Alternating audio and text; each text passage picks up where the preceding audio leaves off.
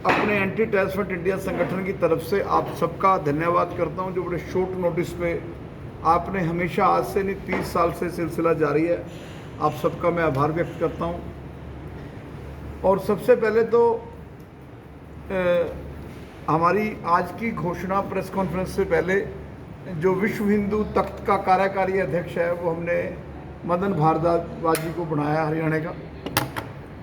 अभी जो पिछली इकाई थी वो हमने सारी भंग कर दी स्टेट की, और इनको कार्यकारी अध्यक्ष बनाया है मदन भारद्वाज को। वहीं जो आज प्रेस कॉन्फ्रेंस का मुद्दा था, जिस तरह पंजाब के अंदर दो व्यक्ति ऐसे जीते हैं, फरीदकोट और खंडूर साहब से।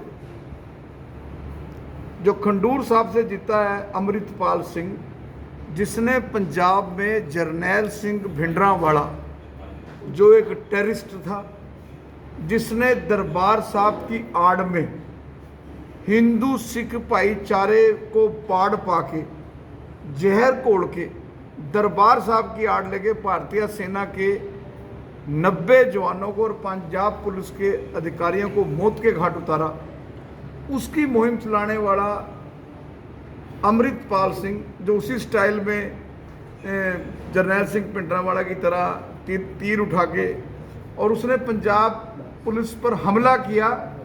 वो भी हमला जो है गुरु ग्रंथ साहब की पवित्र हजूरी में, सिर पे जो भीड़ में गुरु ग्रंथ साहब को सिर पे ला लिया, ताकि वो जो मर्जी करें और उनके ऊपर अगर कोई अटैक, पुलिस कुछ कार्रवाई करेगी तो धार्मिक भावनाएं भड़काने का मामला बढ़ जाएगा। अमृतपाल सिंह जैसे व्यक्ति का पंजाब से लोकसभा सांसद बनना मतलब पंजाब में फिर आतंकवाद की तरफ इशारा है।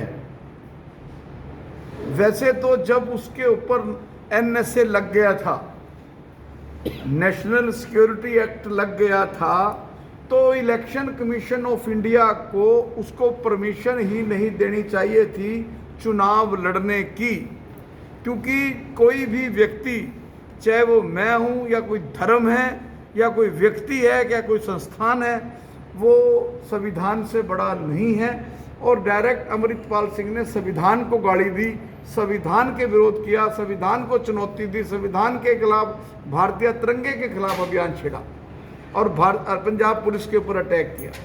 तो अगर किसी कीमत पर भी लोकसभा के अंदर अमृतपाल सिंह को शपथ दिलाई, तो एंटी टेररिस्ट फ्रंट इंडिया इस पे ना केवल कानूनी कार्रवाई करेगा, बल्कि दिल्ली की पार्लियामेंट के बाहर हम प्रदर्शन भी करेंगे। हमने ऐलान दिल्ली में कर दिया है।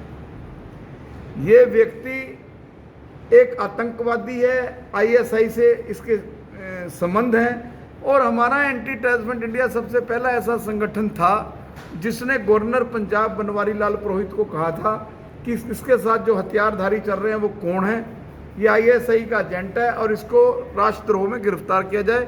अंत में अमित शाह को और भगवंत मान को संयुक्त ऑपरेशन करके उसको गिरफ्तार किया, लेकिन डिब्रूगढ़ जेल में बंद इस एक व्यक्ति के खिलाफ जो खालिस्तानी है, मैं तो इसको आतंकवादी कहता हूँ, ये ISI का एजेंट, इसको क्यों इलेक्शन कमीशन ने इजाज़त दी, ये भारत सरकार सोचे। वहीं दूसरा जो फरीदकोट से MP बना है सर्वजोत सिंह खालसा, ये वही सर्वजोत सिंह खालसा है जिसने 1984 में, जिसके पिता बेअंत सिंह ने पंजाब पुलिस में होते हुए इंदिरा गांधी जी को, भारत की प्रधानमंत्री को मौत के घाट उतारा। ये कौन से ग्रंथ में, कौन से धार्मिक ग्रंथ में, कहाँ, कौन से 10वें गुरु ने, पहली पातशाही ने, गुरु नानक देव जी ने, 9वीं पातशाही ने, गुरु तेग बहादुर जी ने, 10वीं पातशाही गुरु गोबिंद सिंह जी ने, मैं तिलक लगाकर बैठा हूँ, जनेऊ डालकर बैठा हूँ, जो गुरु तेग बहादुर की देन है, उन्होंने कुर्बानी दे दी अपनी शीश की। 10वें गुरु ने सब कुछ वार दिया मेरे सनातन को बचाने के लिए। तो ये कौन से ग्रंथ साहब में लिखा है, कौन से कुरान में लिखा है, कौन सी गीता में लिखा है कि जिसके तुम गनमैन हो उसको ही गोलियां मार दो धोखे से? ये कर्म करके बेअंत सिंह ने ना केवल खाकी को पूरे देश के बदनाम किया था, बल्कि सिखों की छवि भी विश्व में विश्वास भी खत्म किया था। ऐसे व्यक्ति का सांसद बनना और सांसद बनके वो जरनैल सिंह भिंडरांवाला की बात करे, खालिस्तान की बात करे, तो देश और पंजाब कहाँ जा रहा है, इसके ऊपर हमें चिंतन करना होगा। तीसरी बात, इसके साथ और 2 आदमी जो डिब्रूगढ़ जेल में बंद हैं, वो कह रहे हैं हम भी बाई इलेक्शन पंजाब का विधानसभा का लड़ेंगे। मैं चुनाव आयोग को आगाह करना चाहता हूं कि चुनाव आयोग किसी कीमत पर भी इन आतंकवादियों को, इन खालिस्तानियों को, खालिस्तानी एक नारा नहीं है। मैं आज आपके प्रेस के माध्यम से ये कहते हैं कि खालिस्तान बोलना हमारी फ्रीडम है। फ्रीडम जो मैं बात कर रहा हूँ ये बोलना फ्रीडम है, ऐसे बोलें, लेकिन खालिस्तान की मूवमेंट चलाने वाले जरनैल सिंह भिंडरांवाला की सोच पे पहरा दे रहे हैं, जिसने 35,000 हिंदुओं को मौत के घाट उतारा, जिनको आज तक 1 रुपया मुआवजा किसी सरकार ने नहीं दिया, ना कांग्रेस ने दिया, ना बीजेपी ने दिया, ना इससे अलावा कोई सरकारें नहीं। जबकि आज तक ऐसे हिंदू परिवार दिल्ली में बैठे हैं जो टेंटों में बैठे हैं। तो ये जो 2 व्यक्ति हैं पूरे देश का माहौल खराब करना चाहते हैं, एंटी टेररिस्ट फ्रंट इंडिया इनको किसी कीमत पर भी पंजाब का माहौल खराब करने नहीं देगी। पंजाब के चीफ मिनिस्टर को भी हम शिकायत दे चुके हैं, शिकायत, और हर साल 6 जून को हिंदुओं की छाती पर पंजाब में तांडव किया जाता है, उन सिखों की छाती पर तांडव किया जाता है जो हिंदू सिख भाईचारे को जोड़ के रखना चाहते हैं। 6 जून को भिंडरांवाले को याद किया जाता है। क्या है भिंडरांवाला? कौन सी सरकार ने भिंडरांवाला को शहीद बनाया? किस सरकार ने? सेंट्रल गवर्नमेंट ने, पंजाब सरकार ने। अगर कोई भिंडरांवाले के खिलाफ बोल दे तो उसके खिलाफ धार्मिक भावनाएं भड़काने का केस दर्ज कर देते हैं। मेरे ऊपर हुआ है। 8 दिन मुझे भिंडरांवाले के केस में जेल में डाल दिया। गवर्नर हरियाणा ने अनुमति दे दी मेरे खिलाफ केस करने की। कौन इनके साथ लड़ेगा जब वीरेश शांडिल्य जैसे आदमी के कोई जेल में डाल दिया जाता है? तो भारत की सरकार को जरनैल सिंह भिंडरांवाला के खिलाफ जो ये कार्रवाई करनी चाहिए। जो 6 जून को आए साल भिंडरांवाला की फोटो, सरदार बेअंत सिंह की फोटो, बेअंत सिंह कौन? सरबजोत सिंह खालसा का बाप जिसने इंदिरा गांधी मारी, उसने राज्योवाणा, बलवंत सिंह राज्योवाणा कौन? जो सेंट्रल जेल पटियाला में आतंकवादी। दिलावर सिंह कौन? जिसने सरदार बेअंत सिंह चीफ मिनिस्टर उड़ाया पंजाब में। इनकी फोटोएं लगाकर हिंदू समाज की भावनाओं से पंजाब में खिलवाड़ किया जा रहा है और उन सिखों की भावनाओं से भी खिलवाड़ किया जा रहा है जो सिख, हिंदू और सिख भाईचारे के प्रतीक हैं। आज भी हमारे हरियाणा के अंदर सबसे बड़ा परिवार का सदस्य है, एक को सिख सजाया जाता है। तीसरी और इम्पोर्टेंट बात, SPG स्पेशल प्रोटेक्ट ग्रुप। ये स्पेशल प्रोटेक्शन ग्रुप जब इंदिरा गांधी और राजीव गांधी की डेथ होगी, टेररिस्टों ने मार दिया, तब ये ग्रुप वजूद में आया था और ये गांधी फैमिली को मिला था। राहुल जी के पास था, सोनिया के पास था, प्रियंका के पास था। एंटी टेररिस्ट फ्रंट इंडिया ने भारत के प्रधानमंत्री, गृह मंत्री और स्पीकर से समय मांग लिया है कि किसी कीमत पर भी जो SPG ग्रुप राहुल गांधी और सोनिया गांधी परिवार का हटाया है वो तुरंत बहाल किया जाए। अगर हिंदुस्तान की सुरक्षा एजेंसियां और खुफिया एजेंसियां इतनी ईमानदारी से काम करती तो कभी भी इंदिरा गांधी, कभी भी राजीव गांधी को बम से ना उड़ाया जाता, ना राजीव जी के चीथड़े उड़ते। ये वही राजीव जी हैं जिन्होंने 21 उम्र की आयु को 18 किया। ये वही राजीव गांधी थे जिन्होंने कंप्यूटर दिया। ये वही राजीव गांधी थे। मैं कितने काम गिनवाऊं। ATM मशीन राजीव गांधी ने दी। और उस परिवार की सुरक्षा को वापस करना, SPG ग्रुप वापस करना चिंता का विषय है। और आज राहुल गांधी जी, मैंने तो ये 20 दिन पहले का मेरा बयान पूरे मैं देश में बोल रहा हूँ, अब तो राहुल गांधी जी अपोजिशन के लीडर बन गए हैं। और 2 आतंकवादी, जरनैल सिंह भिंडरांवाला और की मुहिम चलाने वाले और सरबजीत सिंह खालसा जिसने इंदिरा गांधी की हत्या की, वो दोनों पार्लियामेंट में बैठेंगे और इनके स्लीपर सेल जिंदा हैं, ये ISI से जुड़े हुए हैं। जो भी खालिस्तान की मूवमेंट चला रहा है, अगर वो चुनाव लड़ेगा, किसी भी स्टेट से लड़ेगा, मैं इसको लेकर सुप्रीम कोर्ट में जाऊंगा।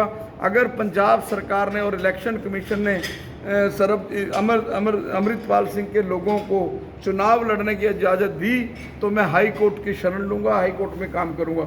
वहीं जो किसान बन के पहले 1.5 साल दिल्ली बॉर्डर पर बैठे और अब हरियाणा के 2 बॉर्डरों पर बैठे हैं, खनौरीवाड़ा और शंभू, वहाँ पे परमानेंट AC लगा के ट्रैक्टर ट्रालियों पे अपने घर बना के जो है वहाँ बैठ गए हैं। और हाल क्या हो रहा है कि एम्बुलेंस भी, अगर एम्बुलेंस ने भी कोई मरीज लेके जाना है तो उसको सैकड़ों किलोमीटर का सफ़र करके आना पड़ता है, जो बहुत बड़ी गुंडागर्दी है। हाई कोर्ट कहाँ है, भारत सरकार कहाँ है, सेंट्रल गवर्नमेंट कहाँ है, अमित शाह जी कहाँ है? तुरंत उसको रोड को, अगर 4 आदमी रोड जाम कर देते हैं तो उनके खिलाफ मुकदमा दर्ज कर दिया जाता है।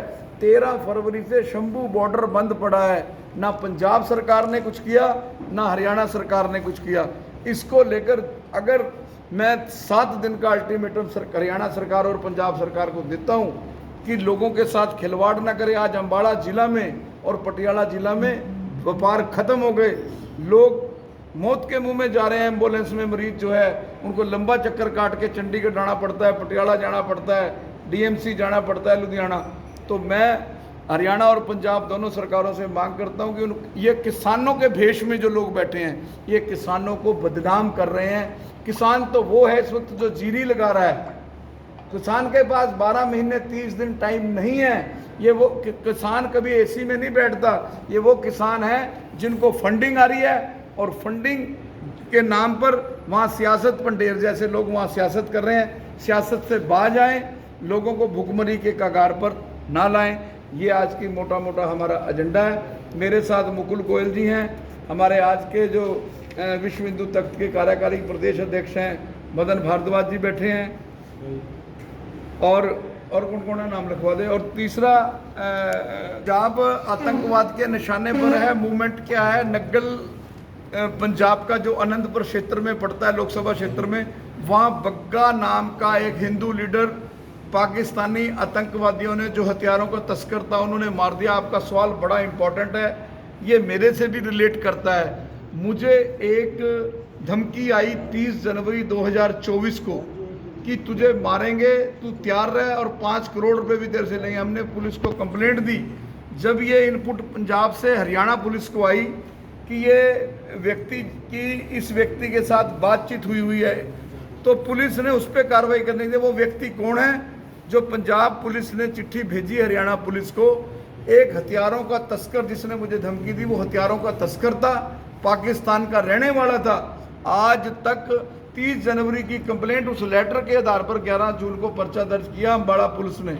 मैं तो जो आतंकवाद है, पंजाब चारों तरफ से आतंकवाद से घिर गया। आपके सवाल के रिलेट में मैं मांग करता हूं अपने एंटी टेररिस्ट फ्रंट इंडिया की तरफ से, जो ये 6 जून को आए साल कल्लू कारा के नाम के ऊपर भिंडरावाड़ा को याद किया जाता है, वहाँ किसी ने शहादत नहीं दी।